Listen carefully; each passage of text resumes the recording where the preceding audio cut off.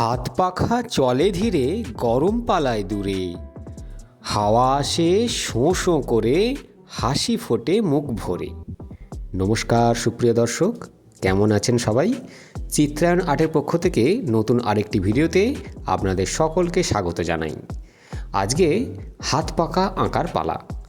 হাত পাখা আঁকতে গেলে প্রথমেই সোজা দাঁড়ি টেনে নিতে হবে তার যে হ্যান্ডেলটা, তারপরে হাফ সার্কেলের মতন করে একটা দিয়ে নিতে হবে, তার ওপরে হাত পাখার যে ঝালর বা নকশা থাকে সেটাকে করে নিতে হবে।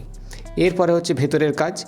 ভেতরের কাজে প্রথমেই আর একটা হাফ সার্কেলের মতন করে দাগ দিয়ে নিয়েছি, তারপরে লম্বা লম্বা দাঁড়ি টেনে সেটাকে নকশা আঁকার চেষ্টা করছি।